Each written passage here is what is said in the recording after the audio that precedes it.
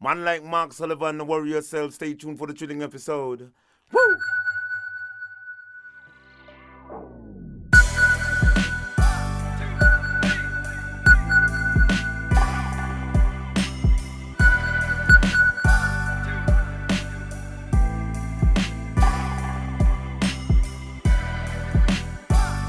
A positive mental attitude can clear away all obstacles which stand between you and your major purpose in life.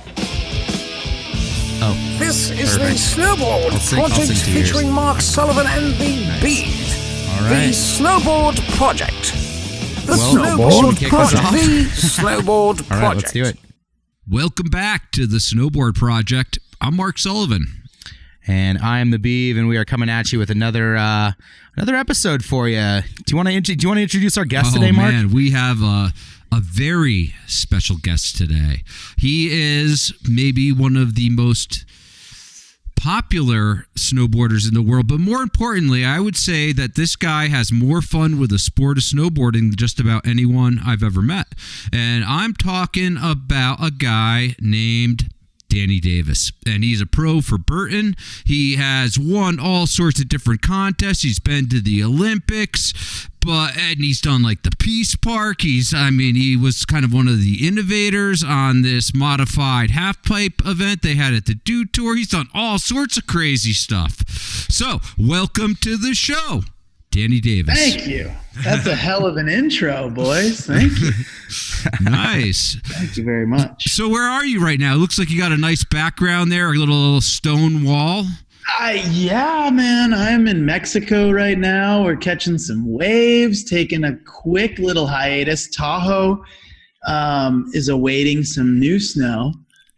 We need a little freshen up back home. So me and my girlfriend were on the travels, we went and saw my folks, we went and saw her folks for the holidays. So we decided that it was a perfect time to come down to Mexico and just take a little break and catch some waves. And then I'll head back home on Sunday, and we're supposed to get a little reset in Tahoe. So I don't want to talk too much about it and scare the storm away, but hopefully we get a little reset here soon, and then we'll be back to life as normal in Tahoe. Right. So you're on a vacation from your vacation. Yeah, I'm on a vacation from kind of the raddest life I could imagine, which is snowboarding every day and looking for good snow and going to contests and doing what I do. Yeah. So let me ask you this. So you've had a pretty amazing career. You've done all sorts of different events. You've won events. You've lost events. You've had a series of highs and lows. For you, what is the highlight of your career so far? Like, what's the thing that you're most proud of, the accomplishment that you're most proud of in snowboarding? Man, I ask myself that quite often because people ask me, like, where's the best place you've ridden, or where's what's your biggest accomplishment? And I really think that, accomplishments are something that I'm really bad at recognizing. I can tell you that I think the thing that got me most into snowboarding, got me most excited about snowboarding, was my first time to Alaska. I was with Gigi Roof and Roman and the Absinthe Film Crews, and that was really when I was like, holy shit, this is how snowboarding goes. It wasn't a USASA contest. It wasn't the US Open. It wasn't something that really was a performance where you gotta be the best in the moment, that run. Going to Alaska was really where I felt like this is snowboarding. This is like what I've watched in videos. This is what I've watched, my first movie I got was The Resistance. And then from there, I just started watching standard movies. And as I got into snowboarding more and more, I realized that snowboarding isn't halfpipes and slopestyle contests, which is how I got started. Snowboarding is really finding the raddest line you can down a mountain and riding really good snow and things like that. So Alaska was really my first introduction to me of professional snowboarding and what it really entails. And that was kind of like the first accomplishment was being able to film with Absinthe, ride with the uninked guys, and that was really what I found to be my greatest accomplishment, and where I've gotten from there, Arctic Challenge came shortly after, X Games came shortly after that, US Opens and then Olympics, and but still to this day I feel like that was really the moment where I was like, right, holy shit, I want to do this forever. So are you more nervous dropping in on your first run in Alaska or for your first qualifier at the US Open? Which one is more nerve-wracking? Way more nerve-wracking to be in Alaska. I mean, I at that point I knew nothing about snow safety. I mean, I remember the second trip I really had with the uninked guys was in New Zealand. We went on a Burton trip to New Zealand, and we were riding as like a crew. And I remember that I zipped my backpack up to the top, both zippers up at the top, and I ragdolled down this face. My lunch, everything flew out of the backpack. The backpack opened up, and everything I had in my backpack was littered all over the slope and gone. And that made me realize, like, whoa, I'm so out of my element, and this is about as nerve-wracking as it gets and as embarrassing as it gets. So I would say I'm much more comfortable in a halfpipe. I'm much more comfortable at that point in a slopestyle contest, halfpipe contest, you name it, any kind of contest. That's where I was most familiar. So dropping in to a slope in Alaska at 18 years old was hands down 10 times more nerve-wracking than any contest. Because just not how I grew up, Right. I grew up competing, and that stuff doesn't scare me because, I think one thing about contests is it's this run that you've tried to dial in for weeks and weeks and weeks. And once you get on top of a face, whether it's Alaska, whether it's South America, New Zealand, Europe, Washington, wherever you are, you haven't really practiced that more than 10 times or what, like these faces that we ride or the jumps that we hit. I mean, it's a lot of the time the first time we've hit it. So that's kind of, that's the trip, is that you've never ridden that thing. And that's kind of the rad part about it too. Right, you got to ride it in your head 100 times before you actually drop in, so you get it right the first time, because you're really only going to get one shot. Try to get a mental grab of what it looked like from the bottom, and then you get on top and it's completely different looking. And at 18 years old, I was very excited and very, I didn't know that I could get swept off something or whatever. And I was very, very into it and very excited to ride these slopes, but I had no idea the consequences. And I think that was a good thing and a bad thing at the same time. But yeah, man, that's the unknowns are exciting. And with contests, you have a lot of knowns, which makes it a little bit less exciting. Right. And so when you're in Alaska, right? I mean, you came from Detroit and you end up in Alaska, and to you, I mean, I've been to Detroit. There's not a lot of mountains there. And you go to Alaska and it's like, as far as you can see, stucco to the horizon. What was the experience like of just like going to bigger and bigger mountains through the beginning of your career? I mean, that was really like the eye-opening experience of like, this is what snowboarding to many is really about. Not to say that contests and Olympics and US Opens and Dew Tours aren't real snowboarding, because it very much is. I mean, the Scotty Jameses, the Ben Fergusons, the Kevin Pearces, these are all guys who have owned snowboard competitions. And that's not to say that isn't real snowboarding, but when I got there, that was really like just the intro for me to what I wanted to ride, and I didn't even know I wanted to ride it. I didn't know I wanted to be riding powder or that I even could, and hitting jumps and picking my way through a face, and riding with guys that I watched for 10 years before I even got there. And, that's sort of the real snowboarding. And to get there and be on top of those peaks and start to climb my way through, different various mountain ranges, just when you think you've prepared enough or you're dialed or you're ready, then you move to another zone or another range of mountains and you get a whole new mess of problems or a whole new mess of what you don't know. And I think that's sort of what draws me into snowboarding at this point, is the unknowns, the stuff that the faces that we haven't ridden, the jumps we haven't hit. And I think too, in snowboarding, you get a lot of things when you look at like Whistler. There's a lot of famous jumps, but to anybody who's never been there, that's the unknown. You haven't been there yet, and that's really rad. I think that's really cool, and it seems like that's kind of the exciting part of snowboarding. It seems like that's one of the central themes of like All in a Dream. I think it covers kind of like this transition from you being a competitive halfpipe rider to being someone on this search, where you're kind of looking for the unknown, for the uncharted waters of snowboarding. And Totally. And so I actually really related to that, because I was like, wow, this is what snowboarding needs, to like tell people that it's not just about adding 180s, and it's Totally. and it's about the experience and the adventure and the unknown.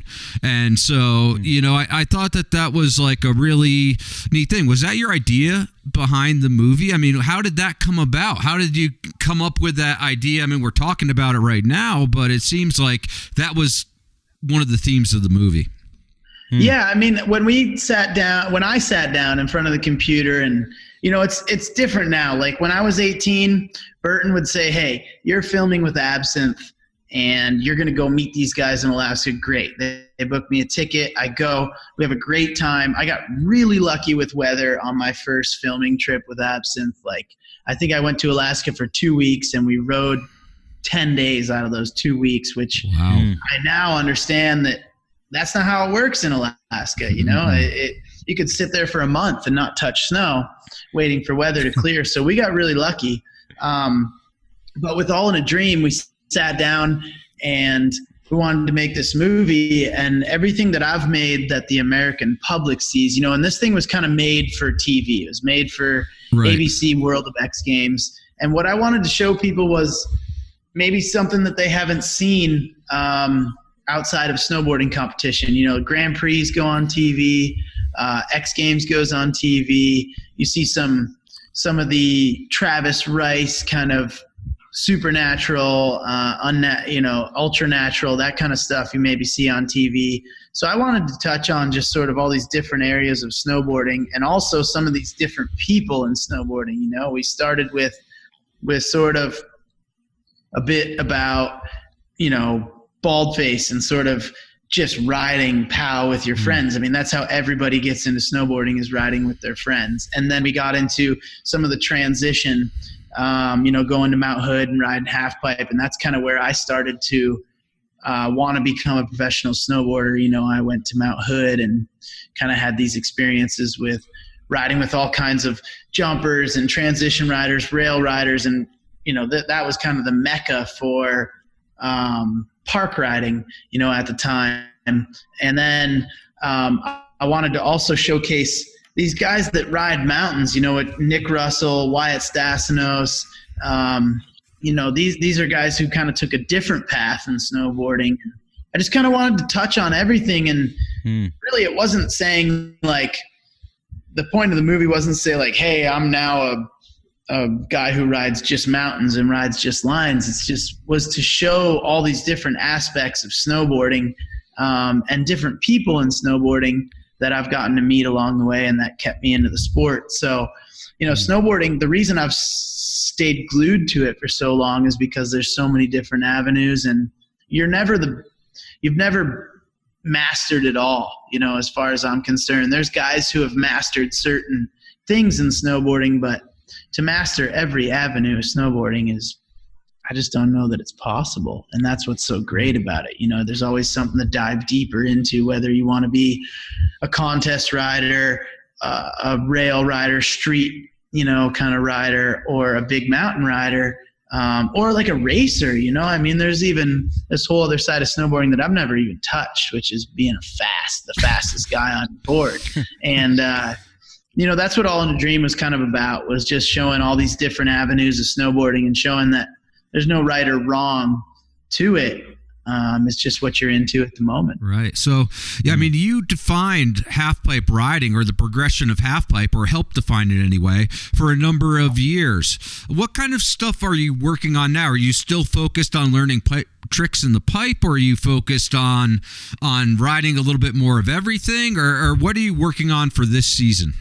You know, I'm a little bit torn. I think that, you know, years ago, let's say, you know, maybe 10 years ago, you could film a full video part and still do X Games and still do Grand Prix and things like that. But it's at a point now where you really kind of need to focus on what you're doing. If you're going to go film a video part, that's kind of what you're doing all year. Right. And contests are hard to fit into that. So right now I'm kind of hitting this thing where I'm a little bit, I don't want to say lost, but I'm a little bit torn. Like, I get invited to X Games, I get invited to do tours, I get invited to US Open. But to do well at those contests and really make those contests worth it, you kind of need to focus and really ride some halfpipe or slope style, whatever your discipline of competition is. And so I'm running into a thing where I was like, okay, I'm going to do 3 contests this year. I'm going to do tour, I'm going to do X Games, and I'm going to do US Open. And then otherwise I'm just going to film and try to make a good part, which I felt I haven't done in a long, long time, or maybe even ever, you know. So I'm at this point where I'm trying to go film, and, you know, I'm trying to film with Red Gerard and Ben Ferguson and Sage Kostenberg this season, but then I've got X Games coming up, and I feel a little bit unprepared for X Games because you got guys like Scotty James, you got guys like young guys like Toby Miller or Chase Josie, and all these guys they're focusing on halfpipe and learning tricks, you know, really quickly. So I need that time to also keep up with the halfpipe side of things and the transition side of things, but I also want to film. So it's a really hard thing to decide what to focus on. And sometimes I feel like, am I doing it wrong by trying to do both? But it's a little bit of a balancing act right now. I want to dive into the mountains. I want to go ride good snow. I want to find where the best snow is and go ride it. Or if it's good in Tahoe, I'd love to be home because there's all these lines that I've seen just being out in the mountains there that I want to ride, or jumps I want to hit. But at the same time, I need to be prepared for X Games. So it's a fine line that I'm walking right now where, and I'm splitting it up, you know, like when I get home on Sunday, I'm going to dive right into filming for, you know, the better part of 2 weeks. And then I'm going to take a little bit of time right before X Games and try to go learn some tricks, try to dust off the pipe tricks, learn some new ones, and put together a run that could, you know, try to get me somewhere near the podium. And then also there's part of me that at the same time, I'm like, I don't really fucking care about halfpipe. I'm going to ride it how I ride it. And if the judges don't like what I'm doing, well, so be it, you know? But there is tricks that I haven't done in the halfpipe that I've been thinking about for a long time. Like what? That I would like to learn. So there's some focus on halfpipe and there's some focus on filming, and it's hard to do both, but I'm going to try and do it. So what tricks are you working on the pipe? Because it always occurred to me that, like, you weren't the guy who would line up like back-to-back 10s, back-to-back 12s, back-to-back 14s. You'd always kind of mix it up. Switch method, switch McTwist, whatever. You're just throwing in different tricks. And also, you wouldn't do the same trick, like the same sequence of tricks with every run. Like you would drop in your first run at a contest, you'd do one run. Then you'd mix up all those tricks into the little bag and pull them out one at a time and throw down a different run the second time. What tricks are you working on now, or are you just trying to make sure you dust off all those old tricks, or what can we expect to see from you at X Games? Well, I'm definitely dusting off some of the old ones. Like I'd love to get back to doing some. I'd love to really get switch McTwist styled. I think that Ferg does them well, but there's not a lot of guys out there doing them well. And I think doing them really, doing them like I do my regular McTwist, like it should 20 feet out, whatever it is, that you can go in that half pipe at the time. But some of the tricks I'd love to learn, and, guys like Scotty James, Chase Josie, some of these guys are doing some of the tricks that I've always thought about doing. Scotty James has a really good switchback double 10, backside double 12, which in my eyes is one of the harder tricks you can do in the half pipe. And I at times think he doesn't get rewarded exactly for what that trick is, because a lot of the time people don't know what these tricks. Yeah, the judges should know what a switch backside 10 or 12 is, though. And they should. And when you look at where half pipe riding's going, to your point of switching up runs, to me it just sometimes gets a little bit stale. It gets a little bit boring to just do the same run. And where a lot of these kids can sit down and take one run and go through a whole season with it. Grand Prix, do tours, X Games, World Cups if they're doing them, US Open. They can take this run and just go with it for a whole season and really master it. And that's sort of, to me, the real contest approach, right? Like, let's get a run dialed that I can do every time. I know I'm going to land it, and it's my contest run, and I know exactly what I need to do. But to me, it just got boring to do that. And I did that for years. I did that from, 2007 to 2014. I did a lot of the same runs, and every year I would try to make that run that I thought was going to get me through the season and get me some good results. And then I got to a point where I really wanted to just do different runs because I was just getting bored. And I was watching a lot of what other people were doing, and going to these contests and trying to make a different run every time is really hard. So then I got to that point where I was like, okay, am I kind of hurting myself by trying to do all these different runs? But, right now I really would like to focus on just doing tricks that I haven't really mastered yet. I would love to do some backside 10s, backside 12s, which, the backside 10 can set me up into a switch McTwist, which then could set me up into like a cab double, which is something I've done for a long time. But then, I want to learn like a frontside 12 because that's kind of, where things are going. And for a minute there, you could do a switch straight air and kind of get a lot of love for it. Now you do a 15, 20 foot switch straight air and it's like, nice. But it's not exactly what the judges are looking for. So you really need to get creative, and you do really need to do the spins and flips that they're looking for, because guys like Scotty James are doing switchback double 12s, and that's definitely harder than a switch straight air or switch McTwist.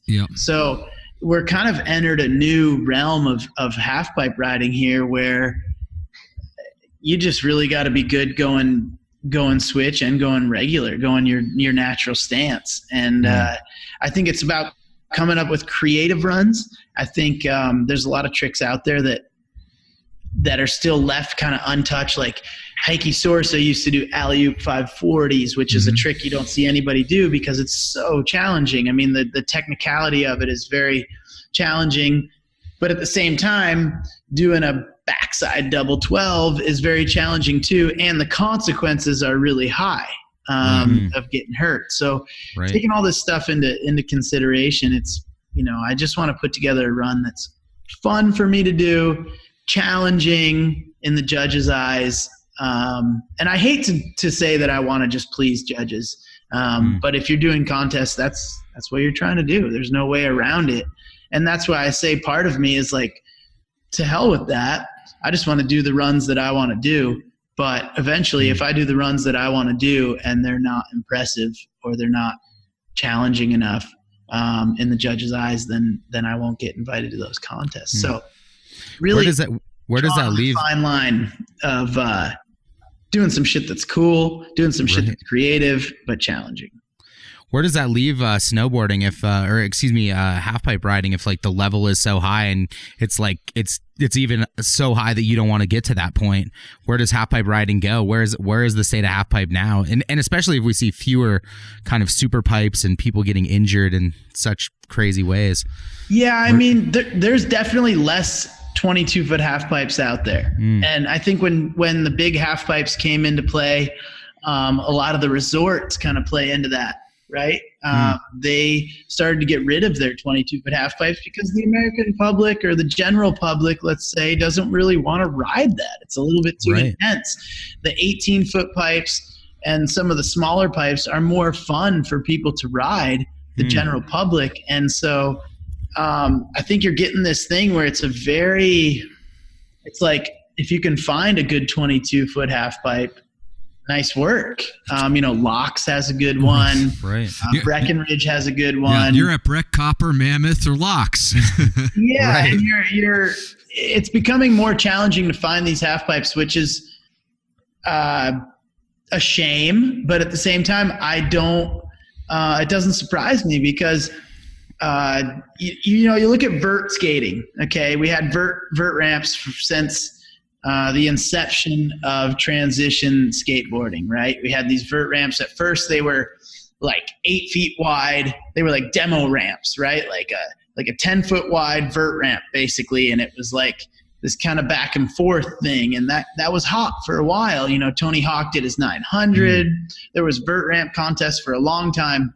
And then it hit this point where nobody really wanted to watch vert contests. Nobody really wanted, and maybe the skateboarders didn't really want to just ride vert. They wanted to ride bowls or something with something different. They wanted to ride something that gave them a few more options than just the back and forth. And I think we're sort of hitting that in snowboarding where, these halfpipe contests have gotten so routine. When I show up to a halfpipe contest, I kind of know who's going to win because I know the run that guy's going to do and I know the run that this guy's going to do.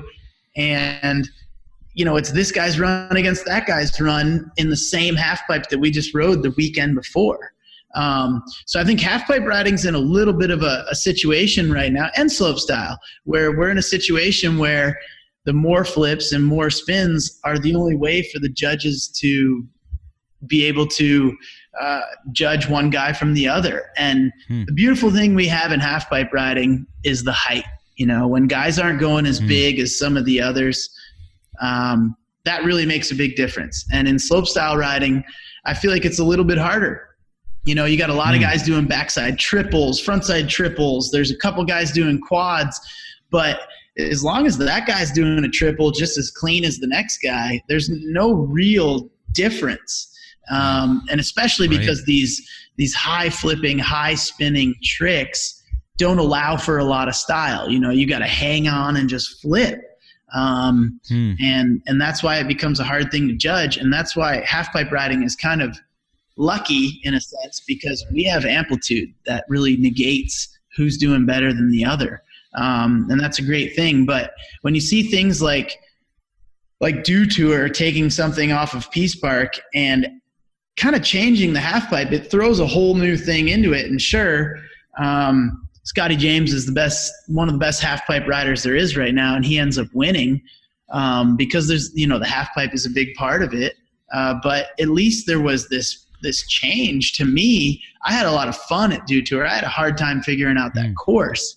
And I think everybody did. But, that's where I see being able to unlock what's happening in halfpipe riding right now. Like, let's change the course a little bit. Let's take a little bit of influence from skateboarding. And, is vert skating in the Olympics?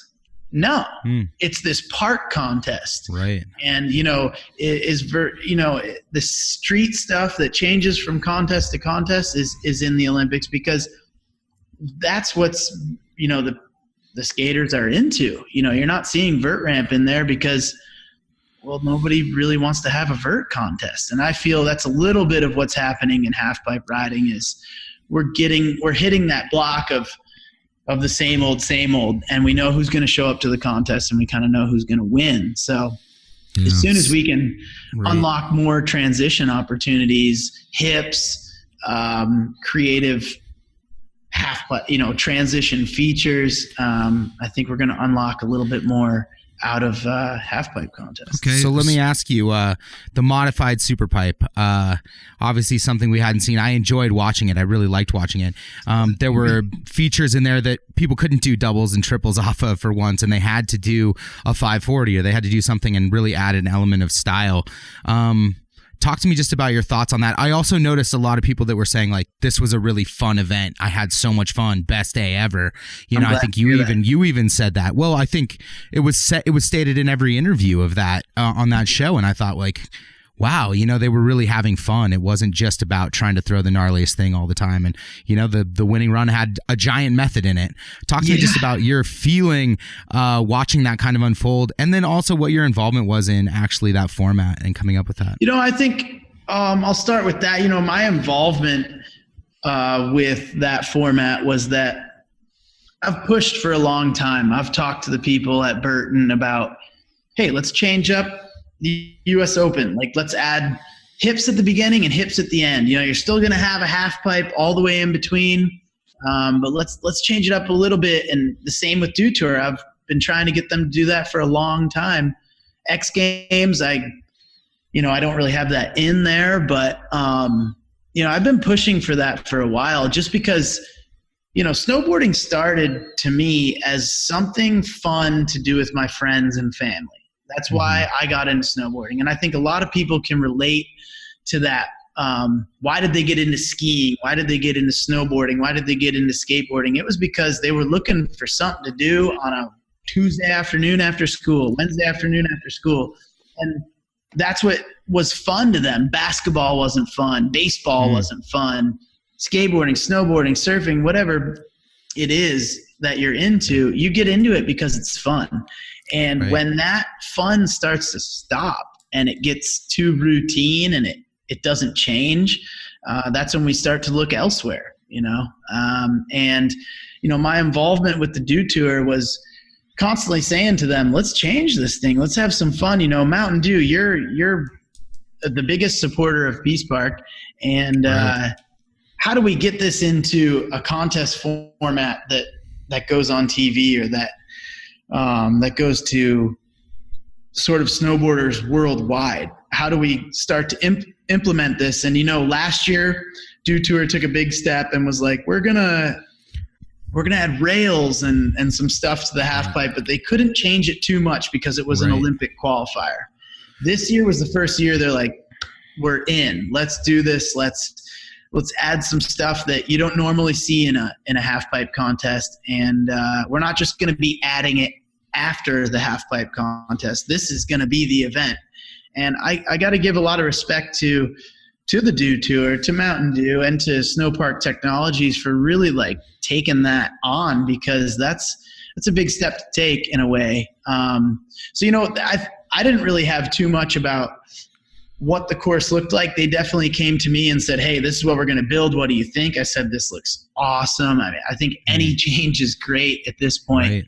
But this was a long time of me saying, let's do this. And they were like, we want to, but we just can't, for a long time, and I think a lot of the contests feel that way. They have sponsors and people involved that they're expecting a half pipe event.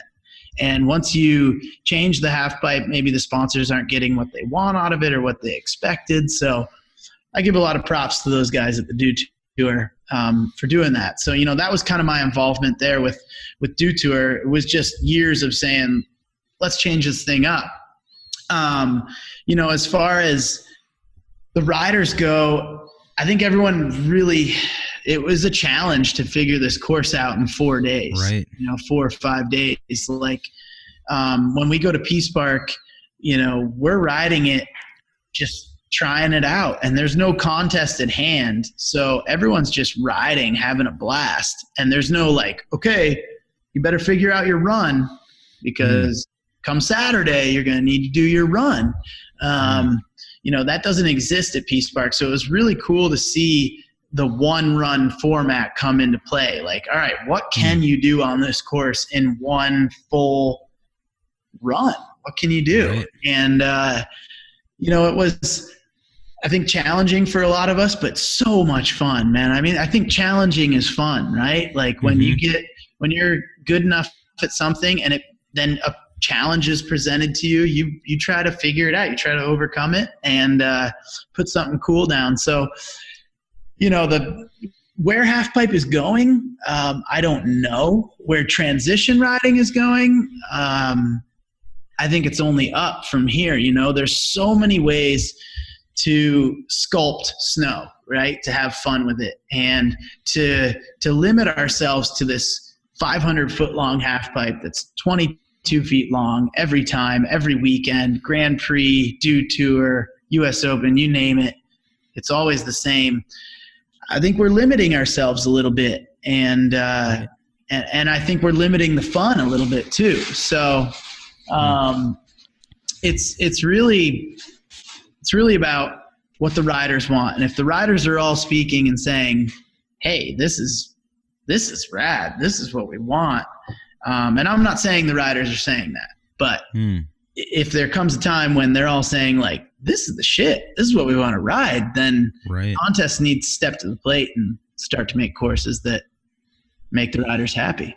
Yeah, Sullivan and I like, kind of we debated this. We debated, do we change? Is it better to change the format or change the judging on things? And I think Mark will agree. He'll say, well, how do we ever, recreate, modified Superpipe at other places? This is the debate. Like, how does this become something that people can train to do?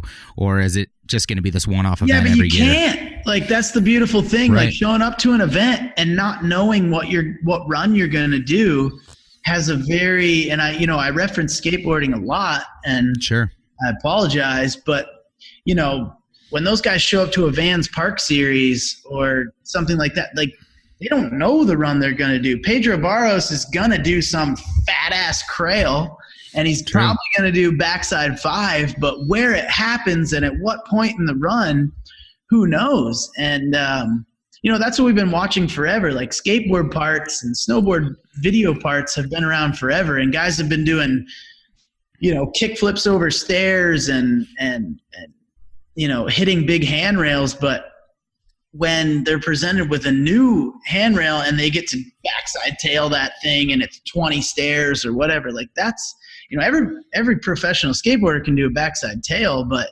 down that thing, maybe, who knows? And where, like you said, with the Dew Tour, we weren't seeing doubles on every feature, and we weren't seeing 1080s and 1260s on every feature because maybe it wasn't possible. But it left a lot of room for the judges to say, well, that was cool, and this was different, and this guy's run had a lot of 1260s in it, but it also had like a big fat switch backside 540 and a big method, and this guy spun the whole way, but he went smaller.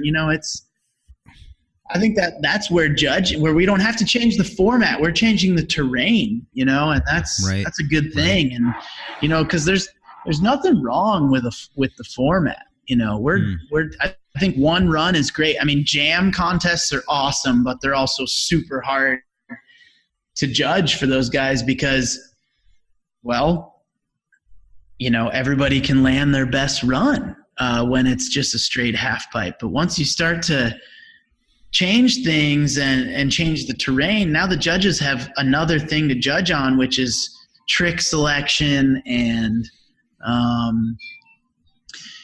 really amplitude is a big part of it. And also style really comes into play, I think, when you start to change up the terrain, for sure. For sure. Yeah, it seems like that, that for the last, 15, 20 years, that really adding 180s has been the name of the game as far as progression in half pipe. And it also or slope style, competition in general. Yeah. Sure. It occurs to me, though, with the half pipe, it's like once you get to 16 to 16, like back-to-back 16s, both of those are like blind 180s on the last 180 of the trick. And we're probably, if we get there, like let's say in 4 years, we're going to see some catastrophic injuries. I mean, is there a way to modify the way the judges look at half pipe, or just to look at half pipe in general to just to get it to the point where we're not going to see like every promising new talent getting broken off and having a career-ending injury? Yeah, I mean, I don't know. I mean, I think the way to change that is to change the terrain. I mean, everybody and their mother can do a frontside 900 on a or a backside 720 on the same, this 30-foot jump. But once the jump changes, people start to, have trouble doing that backside 7 or whatever, and that, when you look at X Games in the early 2000s, like 900s were everything. And then, the jumps haven't really changed. So now the only way you can change your run is to add a 180, add a flip, and style plays part in that. I mean, the Mark McMorrises and the Stahle Sandbecks, like, as opposed to maybe some of your more generic riders that don't do as well. Like, style plays a part. There's no doubt about it. You can't say style doesn't matter, because it really does. And when shit looks whack, the judges know, and the core snowboarding public knows that, one guy's trick looked better than the other. But once we're in a position where everybody's got good style and kids are doing really cool looking tricks the whole way down the half pipe or the whole way down the slopestyle course, I think the terrain needs to change. And that's how it's not so much a format, because the judging format, is it best of 2 runs? Is it best of 3 runs? Is it jam format? Whatever you want to do. But once the terrain starts to change, I feel like then the riders have to adapt. And that's where you really get to separate the men from the boys in a way. And when you look at the Dew Tour, Scotty James took everything he knew about halfpipe riding and put it into that thing. And then he also took his jump skills. He also took like his fear of not going, of just going massive, and doing a fat method over that whole hip. And Ben Ferguson was doing the same thing. That's where I think snowboarding starts to speak, and you really start to see what let the riding speak for itself, and absolutely. And all the other things come into play, amplitude and all that stuff. But the Olympics are the ultimate. The Olympics are the ultimate power broker when it comes to, say, half pipe, right? And so they want a very standardized, replicatable type of thing. And so if you start like forcing the creativity to come out of the riders through varied terrain, the FIS just can't understand that. Their brains will explode. I mean, how do you get, the power broker of half pipe to start listening to you? Should we care even? I've always been I like that the Olympics are a part of snowboarding. I think it's got its good things and its bad things, right? It's sort of a double-edged sword. We have, but who's winning there? The IOC is winning, really. When they start to say, okay, if you want to be a part of the Olympics, you need a sport that is. It needs to have a standard, and that standard in halfpipe riding is 500 feet long, 22-foot walls, 17-degree pitch, and every halfpipe has to be that. But that's not Snowboarding, If we're ballroom dancing. We're not figure skating. We are a little bit outside of that, but I think the Olympics can exist, and then snowboarding can go do its own thing, like Peace Park, like Holy Bowly, things like that speak, really true to snowboarding, where, we just want to ride stuff that's fun. We want to ride stuff that is new and exciting. And, if we wanted to always ride the same shit, I don't think anybody would have ever went to Alaska, I think they would have stayed in their, riding gates and being all about speed. But the Olympics isn't bad. It allows people like me to make a living at snowboarding. It allows brands to have an interest in riders, and it's not all that bad. But we need to make sure that we make these contests that allow snowboarding to speak. And I'm not saying that Olympics doesn't allow snowboarding to speak, but it's a very standardized competition. They need something that every contest can follow. And what I'm hoping for is to show up to every contest and not know what I'm going to ride.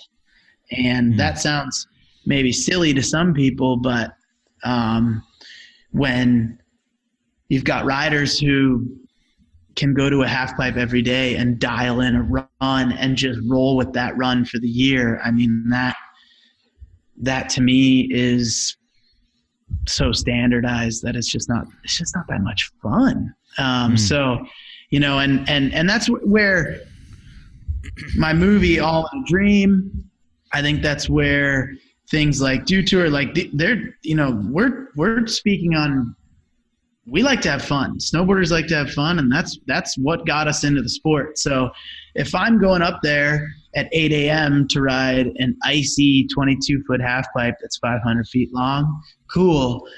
But if I'm going up there to ride at 8 a.m. and I'm going to ride hips and jumps and I'm going to have to figure this thing out, like that is way more fun to me. And I think there's some riders who don't want that, though. There's some riders who go to a halfpipe contest or go to a transition contest, let's call it now, and they want a halfpipe. They want the standardized thing because they've dialed in their run. They know that they've got a first place run in their pocket if they can land it. But to me, that's a little bit boring. Okay. If let's take the golf PGA, for example, if every golf course had the same first hole, same second hole, same third hole, no matter if you were at the British Open or the Masters, if it was the bunker was on the right and the bunker was on the left and you knew exactly how to dial in first, second, third hole, it would get a little bit boring. So, the fact that they get to play these different golf courses, we should be able to play these different courses, contest to contest. And I think it works good for the resorts too. If Breckenridge's transition course is different from Vales or different from Mammoths or different from Locks, how much cooler is that for people to want to go to that resort and go ride? Like, I saw Ben Ferguson riding in Locks and they've got this course, and it's different than ours. Let's go there to ride it. To be different is great. Okay, change is good. Right on. Last half-pipe question. So who are your three favorite half-pipe riders from any time in snowboarding and why? Okay. I think Terrier comes to mind on everybody's when you talk about half-pipe. And if you've been someone who's gotten into snowboarding in the last 5 to 10 years, maybe you didn't know that Terrier was a half-pipe phenom. But I think Terrier just owned that shit for so long, and really, and half-pipes back then were very different from half-pipe to half-pipe because they were so hand sculpted, right. Which was rad, right? Like US Open was far different from World Champs or whatever it was, and I think Terrier was one of my faves because he just owned that shit. I'm not saying that he had to get too creative because, he really, he did his Mickeys and he did the Hockham flips and he did hand plants, but and other guys were doing some of these tricks, but Terrier just owned it. I mean, he was just an insane snowboarder, and he still is. And I think whenever I tell people, they're like, when it's my grandmother or my aunt, like, so what do you do in snowboarding now? You're 30 years old. Like, what happens now? It's like, I just keep snowboarding. I want to dive into whatever I don't know in snowboarding, which is riding big mountains or hitting big pow kickers, like looking up to guys like Mikey Rents and stuff that are masters of the backcountry. Like that's where I'm wanting to focus a little bit now, because I haven't gotten to. So, when you look at, I think Terrier is one of the best halfpipe riders that ever lived, and he owned that for a very long time. Shaun White, you have to give credit to Shaun, because he's a fucking animal.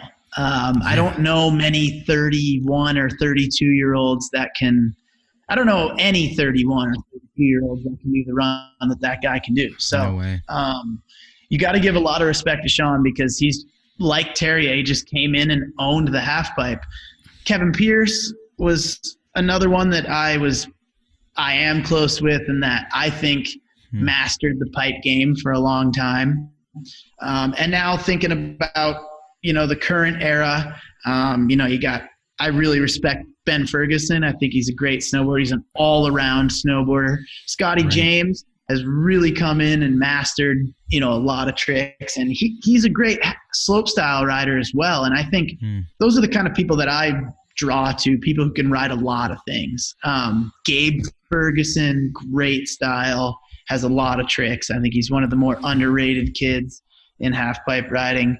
You have to give a lot of respect to Chase Josie too, man. Like, that kid is doing switch double Michael Chucks, which Luke Mitrani was doing 10 years ago, but that's still a challenging trick. Luke was also one of those guys when I was growing up that I really looked up to, even though he was a couple of years younger than me.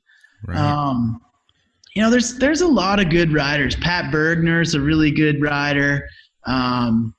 Jan Scherer is a really good rider. Christian Haller was a really sick halfpipe rider. I mean, there's so many, right? Daniel Frank. Okay, here's a funny question for you. Kazu was an insane halfpipe rider, and those are the kind of dudes that I look up to. The guys who dabbled in it, and then they were like, fuck, I'm over this. So let's say we're having a halfpipe contest today, and we have at the top of the pipe Terrier in his prime and Chloe Kim in her prime. Who wins? Shit, it's a different era, man. I mean, it is. That's like saying you're putting, when you named Terrier's tricks, though, it sounded like a woman's run today. You're like, oh, he had the Mickey, he had the hawk and flip. When Chloe Kim does a McTwist the way that Terrier does it, then I will bow down. Yeah. But when you slap your hand for the mute grab, and don't tweak that shit like you mean it. I mean, that's where snowboarding's so great, right? We have style, and that plays into.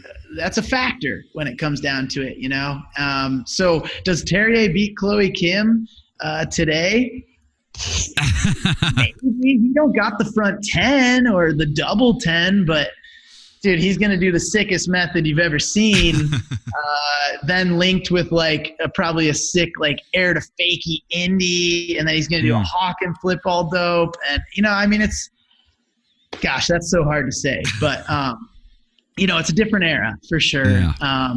But Terrier can still do that insane McTwist. And that's the shit I'm talking about. That's Lance Mountain can still do that sick, eggplant or, that's where I want to be, in my riding when I'm older is I want to have those tricks. I don't want to lose them, and I watch a lot of snowboarders get into snowboarding and get out of it. And I hope that's not because of the standardized contest they were in or I really, maybe they fell out of love with snowboarding or whatever. But to me, snowboarding is really endless. Surfing is really endless. Skateboarding is very endless as far as mastering it and falling out of love with it. So, to me, I look at people like Terrier, I look at people like Brian Aguchi, Jamie Lynn, and I just look up to them because they've been able to stay in love with snowboarding for so long.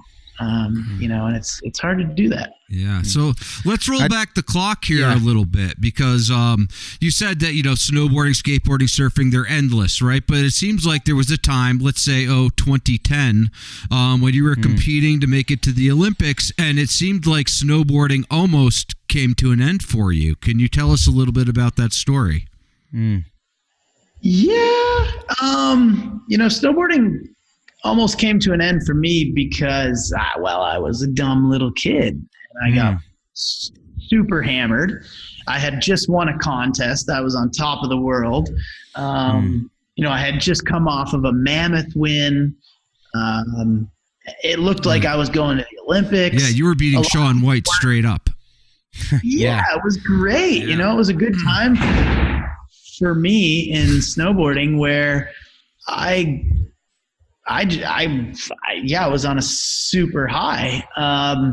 And so I went to Snow Basin, Utah. There was a contest at Snow Basin, which still blows my mind.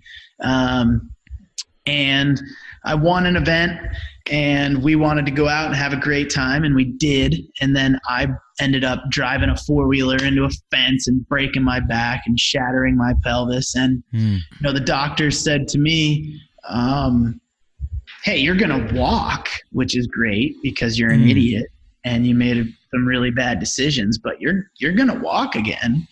But we don't know what your snowboard capabilities will be, right? So they were like, will you be able to perform at the level you have been? Who knows? It's up to your rehabilitation program and how serious you take it.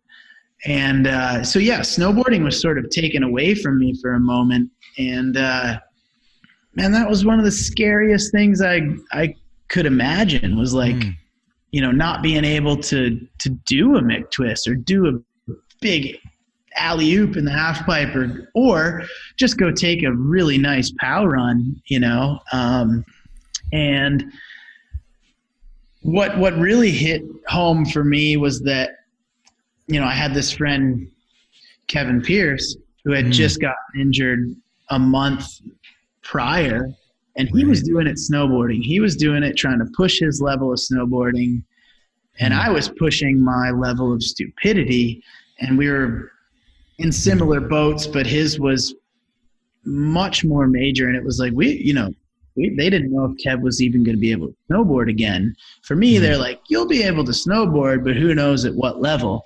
And that for a long time was really like for a whole year and a half was really scary for me. I felt really stupid. I felt really embarrassed. I was worried I was going to lose sponsors, things like that. But the doctors, like I said, they just said, this is all up to you, man. Like, how hard are you going to rehab? How hard are you going to try to come back from this? And, I just did whatever the doctors told me and what the physical therapist told me. This is what you got to do to get better. So I just did it, and I did it. And as hard as I could, much like Kev was like, I want to snowboard again.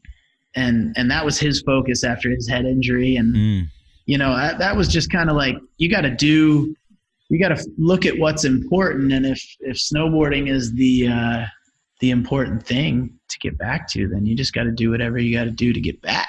And that was really where I was at. And Kev's injury was really kind of like a thing that I looked at as thank God I'm not in his case. Thank God I'm not dealing with this head injury. I only have to deal with getting muscles back. I only have to figure out how to turn muscles back on. I only have to deal with pain. The head is a whole different thing. So I just felt so lucky, and I felt like this is what I got to do to, I got to do whatever I got to do to get back, just as Kev was going to do. And, that was a crazy time, but I was also so young that it was almost like I was just doing whatever I was told, and it wasn't much of a mental thing for me, which I think it can be for some people, Right. So what was your first event back? How long did it take you to come back, and what was your first event back after that? That's a good question. It took me a solid year. It took over a year to get back, and I think my first event back was a World Cup in New Zealand, and I did not do well. I think I was trying to keep my fist points up, which is always an annoying thing in a competitive rider's world. But I think I got like 25th, and I needed a top 30, so I did what I needed to do. But did I ride well? Like, not really. But that was a big wake up, to really start working. So, did you change your approach to competition after that, or did you just kind of keep on the same course? What changed my approach a little bit was what was going on in snowboarding. I was watching guys like Luke Mitrani. I was watching guys like Jack Mitrani, Scotty Lago, all my friends, and we were all trying to keep up with what was happening, right? Like Luke was trying to, go up to these half pipes and basically do the tricks that we felt like we were supposed to do. Double cripplers, double front 10, cab double 10, and then Luke, like what happened for me in snowboarding was I watched Luke break his neck trying to just, we got up to the half pipe that day. It was not a great half pipe. And Luke was like, I'm going to still do this. Like, fuck it. I'm going double crippler. I don't care how shitty this half pipe is. And he ended up getting hurt. And then Mikkel Bang, in a much smaller scenario, the next, maybe a couple days later, ended up breaking his arm at a competition. And the conditions were shitty. It was windy. And I was just looking at all this like, man, this isn't right. Like, we're coming up here to do tricks that are life-threatening, or, if you blow it on a frontside double 10 and open up, you can end up on your head in the icy bottom of a half pipe. And I started to just be like, okay, how can I do some of the stuff that I'm comfortable doing, but push my limits in a way that doesn't scare me, or what are other ways that people are pushing? What are the ways people are pushing snowboarding? What are the ways people aren't pushing half pipe riding? And a lot of it is like we've been talking about. A lot of it was that next 180 or that next flip. And I was working with Benny Bright, who is a Tora Bright's brother, and she's one of my favorite half pipe riders. Still, because I think she was such a good thing for women's half pipe riding. But we were looking at it and it was like, well, let's start pushing some switch tricks, and let's just kind of dabble with that and switch backside sevens and just stuff that people hadn't done in a while. I mean, Ross Powers did switch McTwists, Elijah Teeter used to do switch methods. So this, I wasn't like the first guy to do any of this stuff. I was just doing it at a time that nobody was really doing it. And I think I got a little bit lucky because people were refreshed by it. People were seeing so many spins, so many flips down a half pipe run, that then I dropped in and did a switch method, which is technical, but when you're talking double flips and 1080s and 1260s, it isn't as threatening maybe as far as a consequence scenario. But, I just started to look at it in a little bit different way because my friends had gotten harmed from snowboarding, like really harmed, to where they couldn't snowboard for a long time, So I was just looking at it. That was kind of when I started looking at snowboarding in a little bit different way. Just trying to figure out how am I going to keep doing what I want to do? I want to ride half pipe. I want to compete, but how am I going to have an angle to do something different and not just try to keep up? And that was really the moment when that all happened. And that was kind of around like 2012 or 2013, maybe. Right. And then by 2014, you were basically right back on top of the game. I mean, you were beating Shaun White straight up in 2014, and then you went to the Olympics, and I would say that you probably should have won the Olympics aside from that snow stake after your last hit. Maybe you could tell us a little bit about Sochi. Yeah. I mean, getting to Sochi, I felt like I really got, and I don't want to discredit anything I did, but I got pretty lucky in a sense that I was just doing what nobody else did, and I was doing things that judges like Chad Otterstrom or Guillaume Morissette wanted to see. I think I was doing things that the core snowboarding side wanted to see, and I got lucky. It could have been anybody who decided to start doing switch methods and switch backside sevens and, tricks that looked good and had a moment where you go 15, 20 feet out and it looks really good, not just flipping through the air. And so I got a little bit lucky in that sense, but, Sochi was a cool experience. I think it was hands down one of the worst run snowboard events I've ever been to. And probably the worst shape of a professional halfpipe I've seen in the last 20 years, maybe. I think Mammoth last year was one of the worst halfpipes I've seen for a contest, but this one was pretty bad too, and it was more the snow quality. It was just so slushy. The halfpipe was sort of falling apart, but there was guys doing incredible runs. Ayumu was doing amazing runs, Taku was doing amazing runs, and Yuri put together a great run. So, when I say that changing the terrain really adds to snowboarding, I mean, that Sochi really changed the terrain. It wasn't this icy, perfect sculpted halfpipe. It was this Mount Hood slush fest. We're going to make it more shitty. Let's see how you deal with it. It was really fun to ride. I mean, it was a slushy, fun halfpipe, but it was messy. It was super lumpy and bumpy and a little bit hard to predict what each hit was going to be like in your line. But man, like Olympics is awesome. It was a trip, going to opening ceremonies was a cool experience. Going to Russia for the first time was a super cool experience. Meeting all the other athletes. I met figure skaters and lugers, and I met cross country skiers. I met biathlon guys. I mean, it was super cool world to dabble in for a second. Do I ever feel like I need to go back? Not really. I think we have much better contests in snowboarding.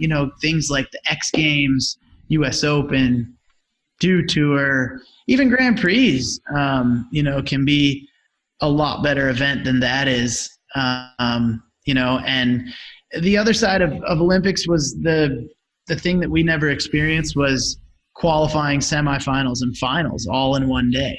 You're squeezing something that usually happens in 2 to 3 days into one day. We started riding halfpipe at 10 or 11 in the morning, and I think I took my last run at like 11 p.m. Right. And, that's a long day for halfpipe riding.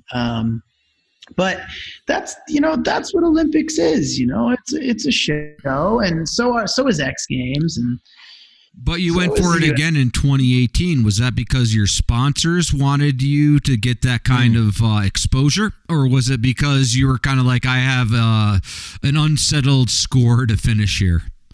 I think it was a little bit of both. I had a little bit of an unsettled score. I really wanted to try to go to I really just wanted to remain one of the better halfpipe riders. And I felt like going to the Olympics or making the team was sort of part of that. And, I had thoughts about being like, okay, I'll do Dew Tour, I'll do X Games, and I'll do US Open, but I don't really want to do the Olympic run. But when it came down to it, I felt like I had a run that could battle and could do well. And I thought, why not go for it? If I'm going to be preparing for Dew Tour and X Games, why not do the Grand Prix and stuff? But I think one of the biggest things that I regret in a way was, not just going with what I felt. And when we got to Mammoth last January, the halfpipe was subpar. And a lot of people had bailed out of it. Sean bailed out of it. He was sick. but the half pipe wasn't that good. He bailed out. Jake Pates bailed out because the pipe just wasn't that good. Right. Ferg, I felt like, props to Ben Ferguson because we both knew that the half pipe sucked and he wanted to bail out. He had already made the Olympic team. He didn't need to do the contest, but he felt like, or I thought maybe he felt like he needed to do it for me because if he bailed out, it was a lot easier for somebody else to make the team. If he did it, it was a lot easier for me to make the team. It came down to you, Gabe, and Chase, right? That last event. Chase. Yep. Mm-hmm. And, that half pipe just sucked. It just, unfortunately, and it's not, I don't think it's anybody's fault at Mammoth.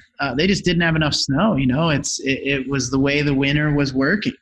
And they made what they could, and they did a great job with the snow they had, but it really just wasn't that good of a half pipe. And there was moments in that week where I was like, who cares about this whole Olympic run? Like, we just leave and go ride some good snow and go elsewhere. And if I don't make the team, so be it.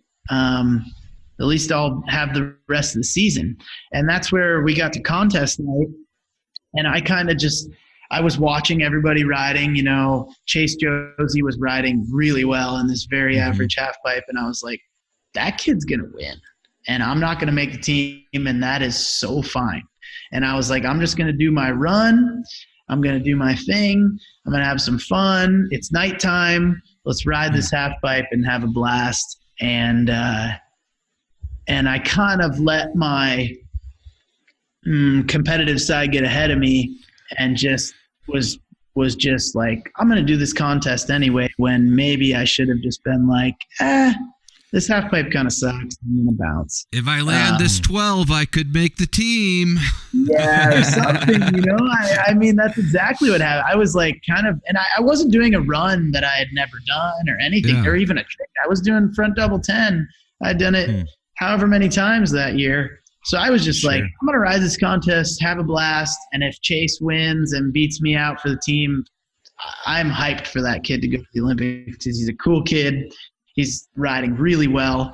And, that's kind of how I felt going into that contest. And it just sucked because I got hurt. And I was like ready to just have a really fun season after those guys would go to Korea and I would go film and go have fun and ride good snow.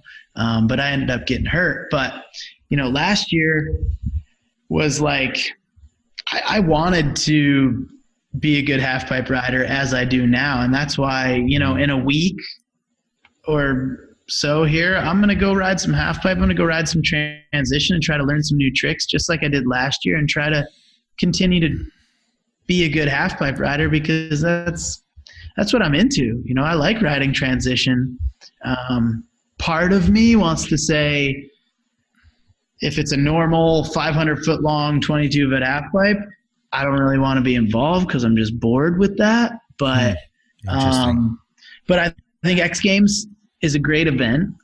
I think they have done a lot for the sport of snowboarding. So I do like to support that, and I do like to do that event because it's a really good half pipe. But and it's kind of the same how it was last year. I'm just kind of in that area where I'm like, I want to keep competing. I like competing. I like riding transition.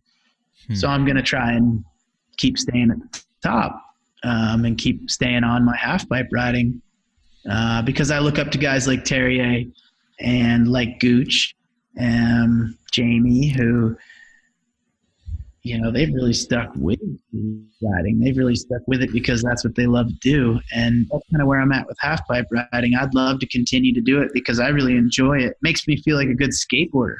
When I'm riding half pipe and I link in some transition, it's really fun.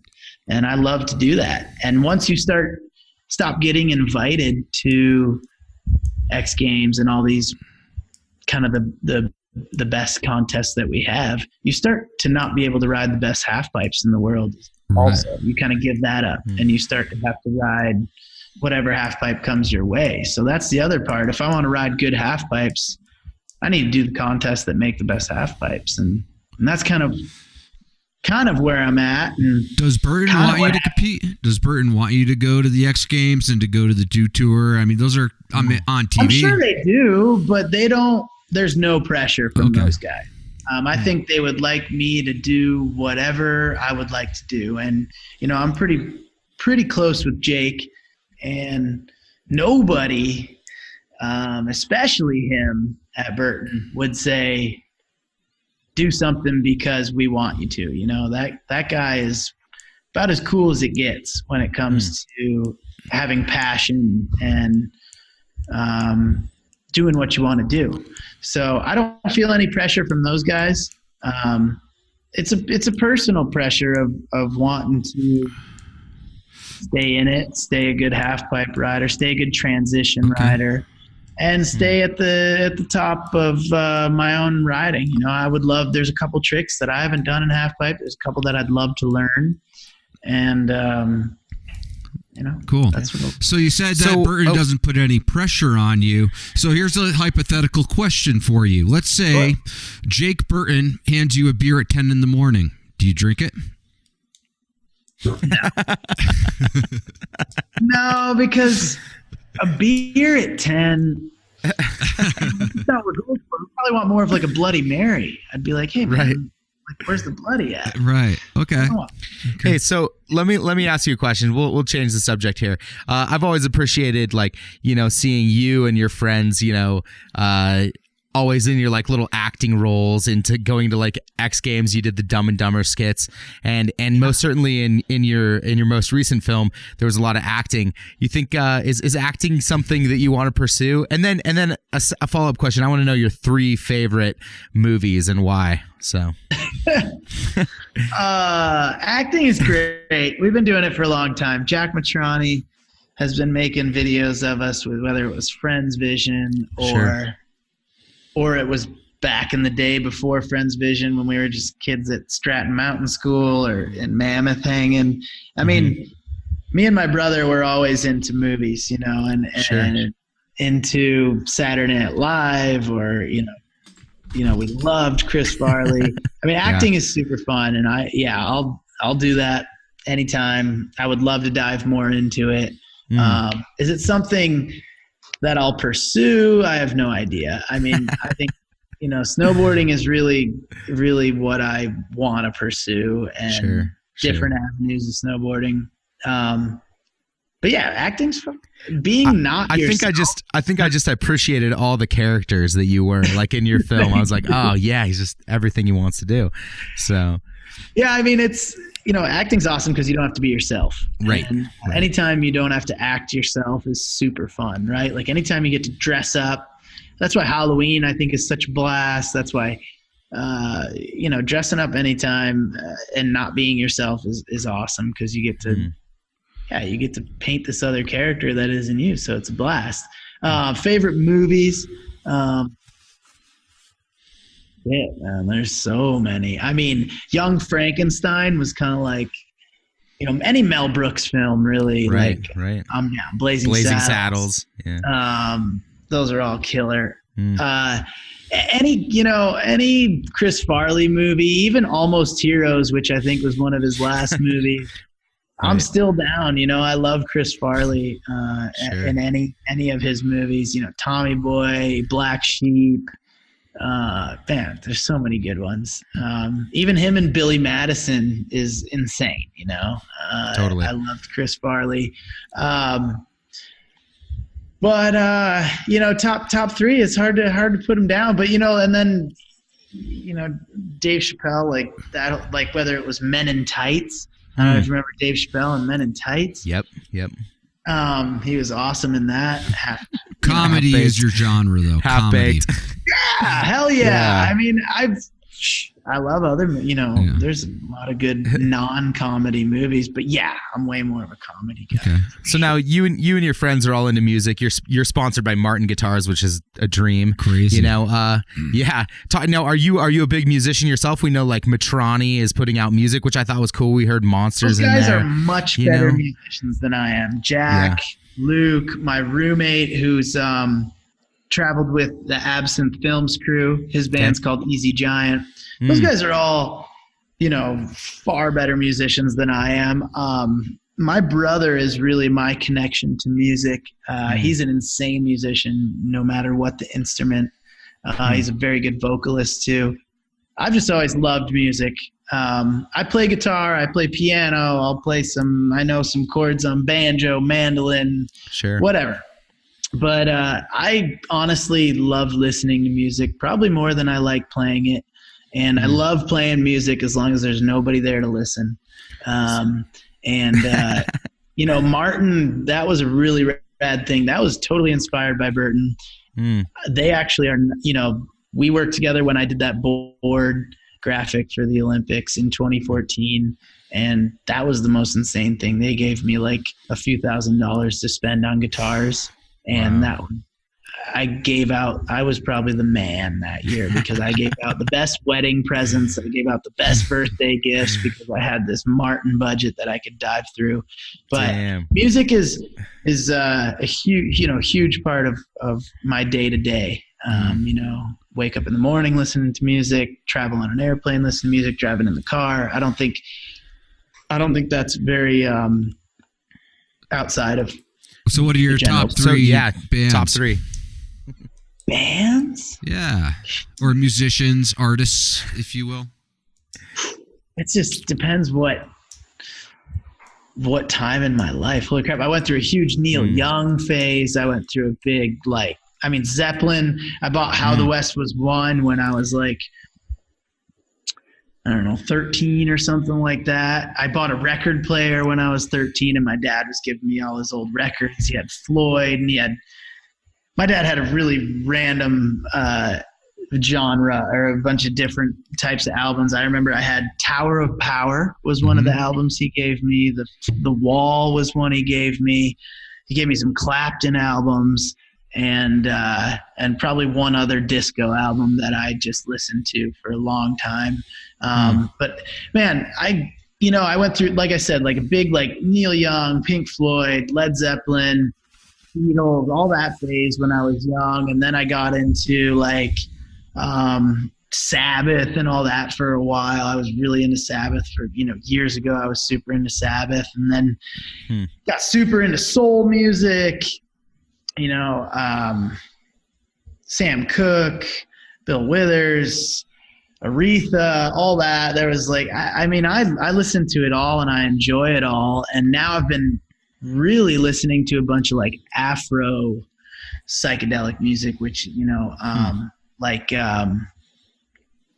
kind of South African psych rock basically has been a lot of stuff I've been diving into, which is a really rad one. If, anybody who's looking for some cool new kind of music to get into, that's a really fun one to dive into. But then there's all these contemporary bands that are super rad too. Country music, I grew up in Michigan, listening to a ton of country music. Top three bands though is really challenging, man. I love Waylon Jennings. I love fucking Zeppelin. I love Sabbath. I love Aretha. I love Sam Cooke. I mean, that's awesome. Okay, let's say you're shipwrecked on an island, and you can't snowboard. You're it's like Lost style. You have three people you can take with you in this situation. Who are those three and why? I'd take my girlfriend because a man's gotta have his lady. Right. I'd probably bring Jack Mitrani because he can just make any experience a riot. Whether he's being super annoying or super funny, either way, he's making a hell of an experience. And I'd probably bring Mikkel Bang as my third person because that guy. I just can't have a bad time with him. There's nobody who's naturally funny without trying to be funny. And then that guy. Those would be my three stranded on an island folks, I suppose. Okay. Outside of bringing fucking Bob Marley or something like that. All right. Well, hey, so let me ask you, looking back on all your years, we've watched your career since you were 15, 16-year-old up till now. If you were to go back and look at 16-year-old Danny, look him in the face, what would you say to 16-year-old Danny, knowing what you know now?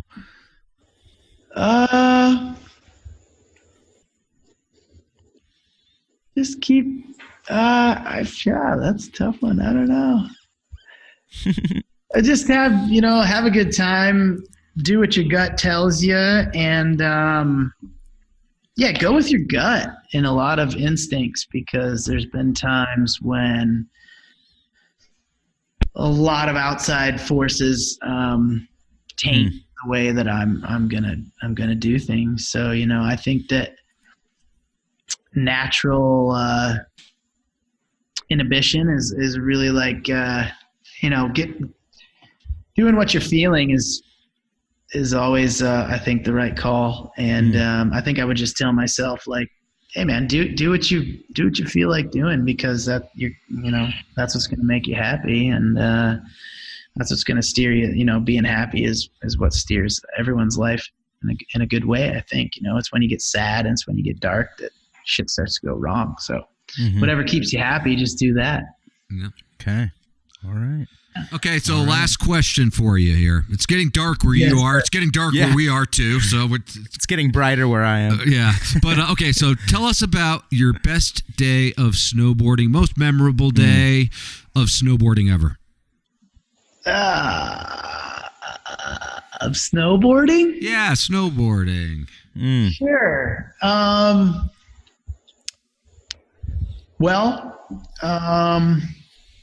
Most memorable day of snowboarding, I was in New Zealand. It was 2000. Gosh, it had to be 2008 or 9. Me and Kevin Pearce were on a heli trip, and Kevin hurt his knee, so he wanted to go see a doctor because he thought he blew out his knee. And I was the only one left to snowboard, so I had a full-on solo heli day with Jeff Curtis and a couple other filmers from Burton. I think it was Aaron Hooper maybe, and Nathan Avila. And I had a solo heli day all to myself, and that is not very like me to dwell on a solo moment, because I really do love doing things with friends and people who I think friends always make things better. But the whole day was just whatever I wanted to do, whatever I wanted to hit. And that's really rare when you don't have anybody. Yeah, that's decadent. Making the calls or tainting where you're going with the day. So that was probably one of the radder days I've ever had. And I was young, and I definitely didn't land a lot that day, but that day was super cool because I got to do whatever it is I wanted to do. And I had a helicopter and a couple filmers and a photographer, and I'll never forget that day. Because that was the day that I got to like kind of grow a lot in how I was going to ride mountains and ride freestyle terrain. I was the one making the calls, and that was completely new to me, and it helped me grow a lot. It was a big day. Cool. Right on, Danny. Well, thank you so much for your time. This has been really fascinating, and I appreciate you taking time out of your vacation to speak with us today. Absolutely. Thank you so much, Danny, man. It's been great. No worries. Thank you guys for the interest and opportunity to chat with you. Yeah. Yeah. I'll send you a link here. I actually have a house that I built in Alaska last year. What? Best house in the world to be a snowboarder, straight up. Where is it? It's in Valdez, like Thompson Pass. Whoa. I'm going to check this out. This is going to. Done? Yeah. Explore. Well, let's go. I go every year for about 2 months. Let's go again, Sully. I haven't been up there. You're for a few invited. years. You're invited back, Beeve. Beeve's been about 8 times up there. Get up there. There's a link to the house I just built. I hear the snowboarding. I hear that the it's good. snowmobile Bigger runs than Haynes. It's like, It's nasty, man. Florida. Do you rent this thing out? no, I don't really rent it. It's just for me. It's for my personal Is it a snowboard. work in progress? still? It kind of is, but it's like fully dried in, you know, and it's like I have internet there now. I'm going to have electricity there next summer.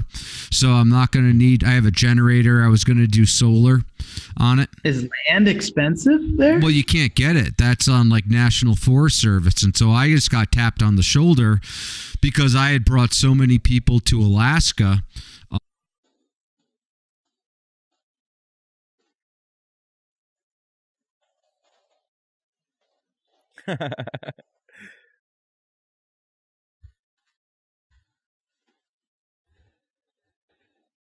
Nice. Dude, that's the dream right there.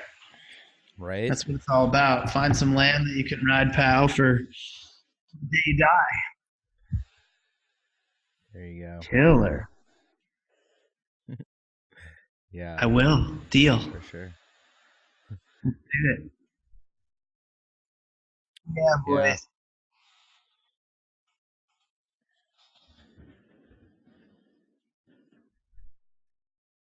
Yeah, me too. Absolutely. I agree. Thanks, guys. I appreciate it. Like I you, said, man. thanks for the interest. This is a cool thing for me to get to share my story on. So thank you. Hey, thank you. Yeah, All right, boys. man. Have fun down there in Mexico, man. Enjoy. All right. All right. Take care. Later, skaters. Later. Oh, shit. How do I stop it?